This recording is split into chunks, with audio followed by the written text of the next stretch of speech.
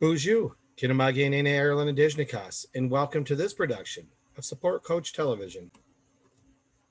Today's episode, No More Supersized Sodas, second read instruction.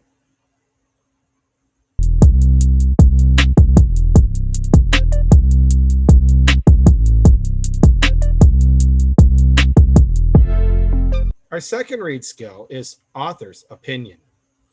A persuasive text becomes less convincing when the author offers opinions but no supporting evidence. Opinions are personal beliefs about an issue. They usually use judgment words such as good, bad, must, ought, or should. Opinions should be supported by facts in order for text to persuade effectively. Those facts in our writing class we would refer to as the evidence. They support the reasons that make up our opinion. When reading a persuasive text, you should identify the author's reasons as opinions or as facts that can be proved true. Reading two persuasive texts with opposing viewpoints can help you do this. You can compare the reasons presented to determine which argument is better supported by the facts. For example, an author might say, dogs should not be allowed on our downtown streets, but not give any facts or reasons that support the argument. Another author might say, dogs should be allowed on our downtown streets because there is no evidence to show that dogs are a nuisance.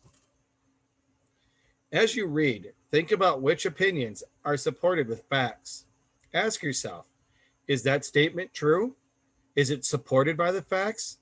How does the author's opinion differ from another author's opinion? Let's try it by reading the following persuasive paragraph. A lot of adults say that kids today don't know how to be kids. What do they mean? They say we stay inside all day looking at computers or watching television or listening to our music. When they were kids, they ran around outside all the time and built forts and played games. I think this idea is ridiculous. I say that kids are kids no matter how they spend their time. What is so great about playing outside anyway? Think of a couple good things. Let's circle the author's opinion. Do you agree with the ideas? I see that this idea is ridiculous. That's an opinion. The opinion is kids don't know how to be kids.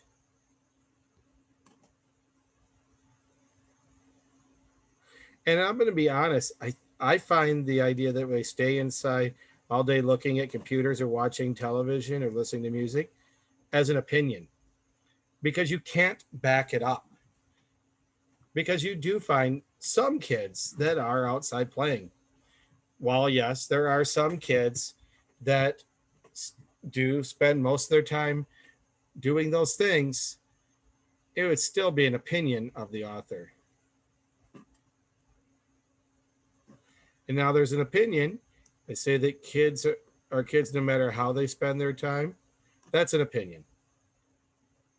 Particularly because of no matter how they spend their time. I mean, kids are kids. That you can quantify. And then there's another opinion here. What is so great about playing outside anyway? So there are a lot of different opinions, even if they're a little bit below the surface.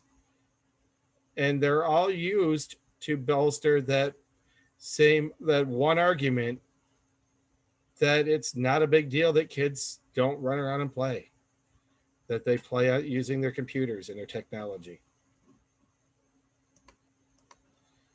As you read, you're going to complete the opinion chart on page 292. At this point, you should return to the Google Classroom and begin with your second read of the story for this week. Please do focus on the green box questions. Have a minute, Gijigad. Minwa, Bamapi.